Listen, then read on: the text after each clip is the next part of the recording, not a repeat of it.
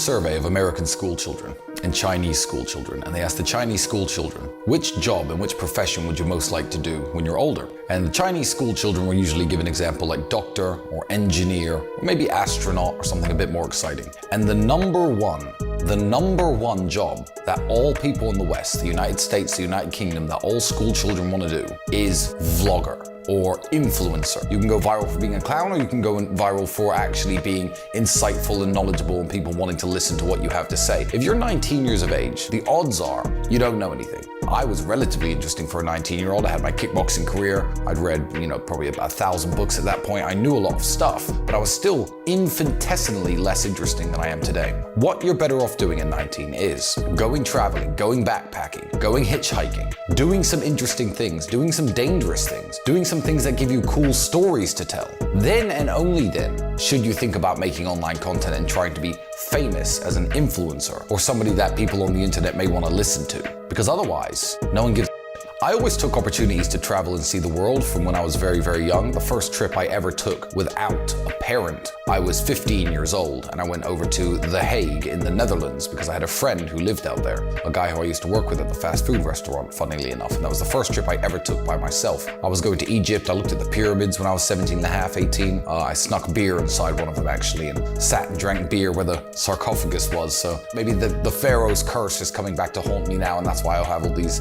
legal problems. But yeah, I snuck a beer inside the Great Pyramid of Giza. I was doing some pretty interesting stuff. I didn't have very high budgets, but I knew not to waste the little money I had on stupid things. Now I buy stupid things, but now I have all the money in the world. And when I'm free to travel again, my life is again going to be very, very interesting. I like to do things that no one else has done. So even as a 19, 20-year-old man, I was a lot more well-traveled than my contemporaries and my friends. I was a lot more knowledgeable about the world. I'd learned different parts of different languages. I'd been to countries that no one really went to, especially back then. I'd been all through Slovakia, Poland, and Eastern Europe at a very young age. And if you spoke to me at 20, or if I were to go online and start speaking, as I did at probably 24, 25, I had some interesting stories, and I was a relatively interesting person. I ran my webcam studio. That's a very interesting thing to talk about, irregardless of whether you like it or not.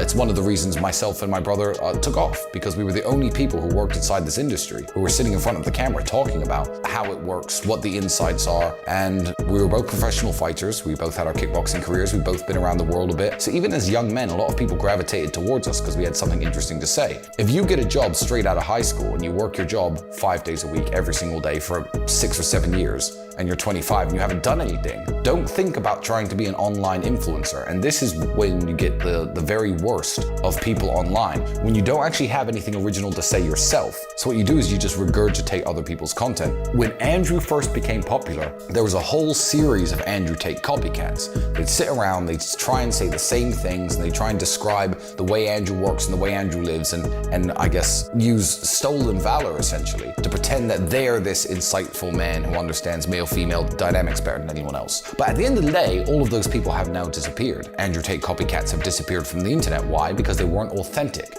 No one gravitated towards them, and they never built a solid following. So you don't have to be like me, and you don't have to be like Andrew, and you don't have to be like Jake Paul. You don't have to be like anyone on the internet. You have to be like you, and you have to think, what is so interesting about you or unique about you that millions of people, or at least thousands of people, are going to think, you know what, I want to hear what this guy has to say. And if you don't have something that you can immediately think of that makes you stand out from the crowd, then I would suggest putting down the camera, putting down your editing software, and going out and exploring and enjoying the world for 2 or 3 years and doing something interesting, learning some interesting facts, getting some interesting stories behind you. Have very, very low budgets. Some of the things that you could do aren't necessarily safe, but as a man, to live an interesting life, we all have to take risks, right?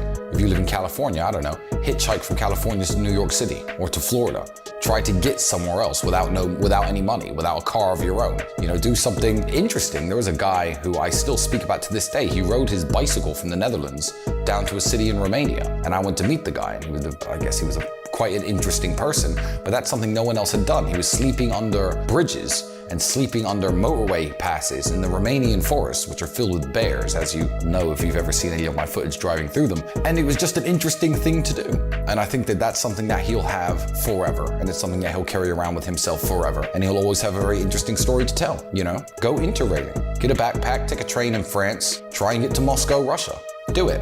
There's a guy famously, maybe the best kid at it, is called Lord Miles. He's a good friend of myself, a good friend of my brother. He went to Afghanistan, got arrested by the Taliban. He went onto Snake Island off the coast of, I think it's off the coast of Brazil, where humans aren't allowed to go. And he keeps doing what I guess you could describe as dumb shit. However, for a young man, he's got some of the most interesting stories that I've ever heard. And he has stories that are so cool, I don't have those stories. Why? Because he's taking it to the furthest extremes, which you don't need to do. The term influencer is very hard to define. And I massively dislike being referred to as an influencer because I didn't make my money or become successful or become well known because of my antics online. A lot of people start on YouTube, even the biggest YouTubers in the world, they start on YouTube doing stupid dances, doing stupid pranks, doing stupid stunts, and they get more views, and as they get more views, they get more money. They use that money to live a more interesting life, and it's this upward spiral, I guess, in terms of being an influencer. That is their job. I'm not an influencer. I'm a man with influence. I already had money.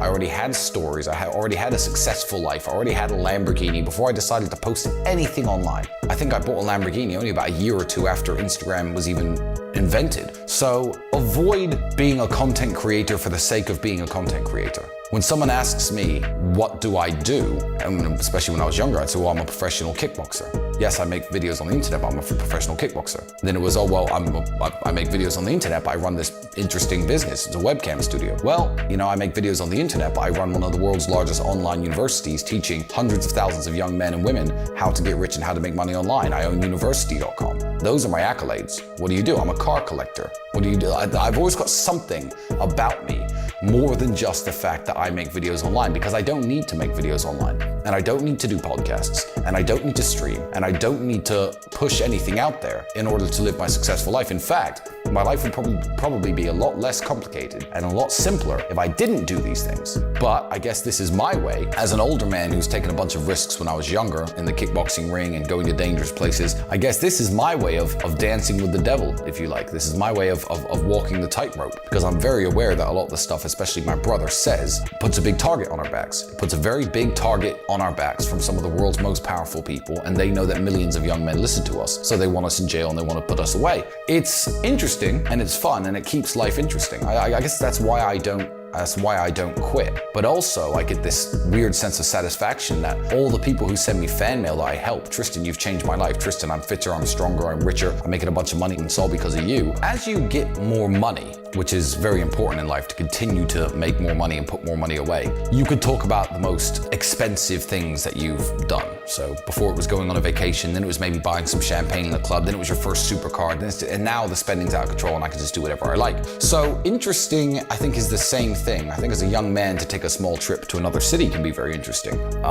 When I was very young, I went into a place called Lunik Dziewic. It's the most dangerous gypsy neighborhood in all of Europe. It's one of the most famous slums in all of Europe. And my friend took me in his car and they were throwing rocks at the car. So we're driving through this gypsy neighborhood. They're trying to block the roads or swerving, around them, because they knew that we were there to just, I guess, to look at them like it was some sort of exhibit, and they didn't like that. And there was all these pings on the roof. That was very interesting as a very young man, but I think that I exceeded that a couple years later when I went to Iraq. I went to Iraq in the middle of the ISIS terror when Americans were getting kidnapped off the streets, because I thought this is an opportunity I don't want to turn down. So what's the most interesting thing I ever did? You could say the most interesting thing I did recently was go to Romanian prison. That's a very cool story, and that's a very exciting thing that I have people to tell about myself. And I'm not upset by the fact that I went. In fact, I'm extremely happy, because now I've topped it. I've topped all the other interesting stuff I did, and I got to go to Romanian jail for 3 months. So what is my life going to be like in 10 years? I don't know, but I guarantee within the next 3, 4, 5 years, I break that barrier once again and I do something super interesting. Maybe I sit down with the President of the United States. I don't know what I'm going to do.